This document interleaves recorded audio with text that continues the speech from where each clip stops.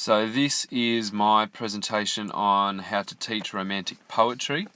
I'm going to look at the ways in which you would go about teaching romantic poetry, the different steps that would need to be taken in order to help establish the student's understanding of romanticism. So this is done by looking at the context around romanticism.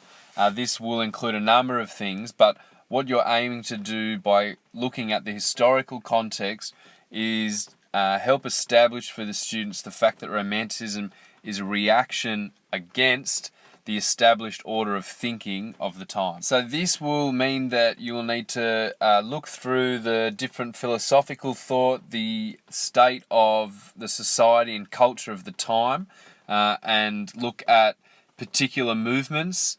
This will include the Enlightenment, this will include the French Revolution, which rises up out of the Enlightenment, as well as the English Revolution, and then on into the Industrial Revolution. This is going to set the platform for the different characteristics and elements that are found within romantic poetry. Students then need to see how this historical context relates to the artistic movement of Romanticism, as well as the artistic movement of Neoclassicism. Describing for the students what Neoclassicism is, as well as Romanticism, will help students establish the connection between the different cultural movements, how they related to the artistic movements, and how the artistic movements reflected the different movements culturally of the time. So for instance, we can see that in the neoclassical conception, nature is mechanical, reason is valued, logic is valued, and this is represented in the artwork and the poetry of the time, whereas romantic art, you see an emphasis placed on nature and the personal subjective experience one can have with nature. Enabling the students to see the neoclassical view of nature and then the romantic view of nature will help cement for the student the way in which will deepen the student's understanding of romanticism and the way in which it is a reaction against neoclassicism and thinking that was current during that time period. With this established, it is important to allow the students the opportunity to research for themselves the historical context, as well as the various movements, the different revolutions that were occurring at the time, and understanding for themselves the way in which they related back to Romanticism, the artistic movement. Once the historical context has been established, students will better understand and appreciate the various characteristics that are key to romantic poetry. This includes ideas of the sublime and pantheism, as well as imagination and the role that that played, and the view that the Romantics had on nature, which was bred out of the Industrial Revolution and the impact that that had on the world around the Romantic poets.